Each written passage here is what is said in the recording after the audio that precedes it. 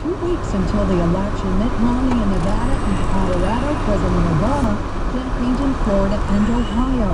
2 teenage brothers charged with murdering a 12-year-old New Jersey girl. Authorities say Autumn Pasquale was killed for bicycle parts. The search warrant revealed personal belongings of Autumn in the juvenile's residence, including her BMX bike. Gloucester County Prosecutor Sean Dalton, a deadly attack off Vandenberg Air Force Base in California. A surfer killed by a shark. What kind of shark?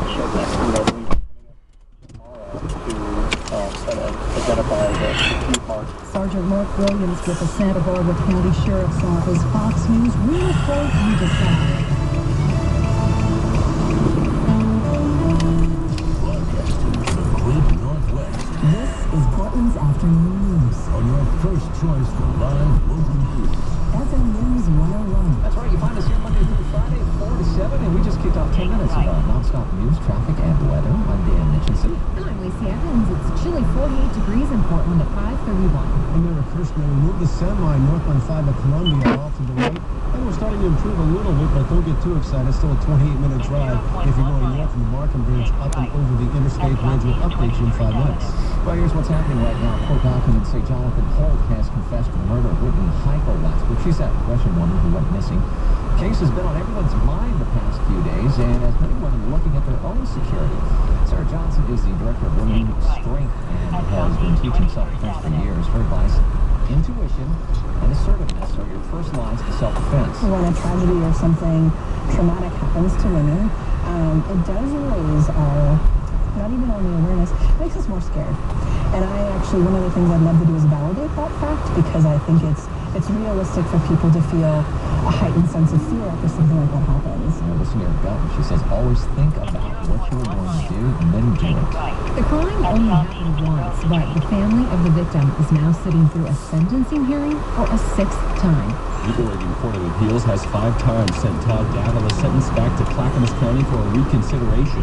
He admitted to killing Lisa Flomo during an attempted rape in Wilsonville when he was 16 years old.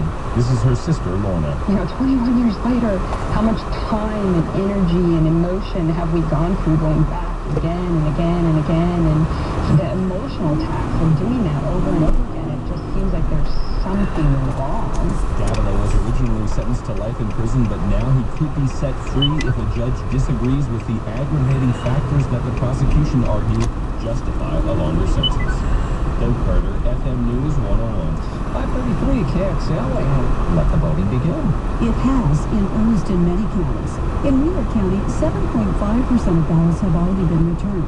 Multnomah County reporting 4.5%. In a general election, we usually get ballots back later this week, and then there's a really big surge at the very end with folks using their dark sites. That's Eric Sample with the county. Voter registration in Multnomah, Clackamas, and Washington counties is up 4% over what it was in 2008. There's enough interest in this general election where statewide turnout could reach in the high 80s. Rosemary Reynolds, FM News 101. In a very walkable city like Portland, there are still a number of particularly deadly streets, and the mayor is addressing the issue. Mayor Sam Adams took part in the Walk of Remembrance today on Southeast Foster Road. It's considered a high-crash corridor. He visited places where 8 people were killed within the last 10 years.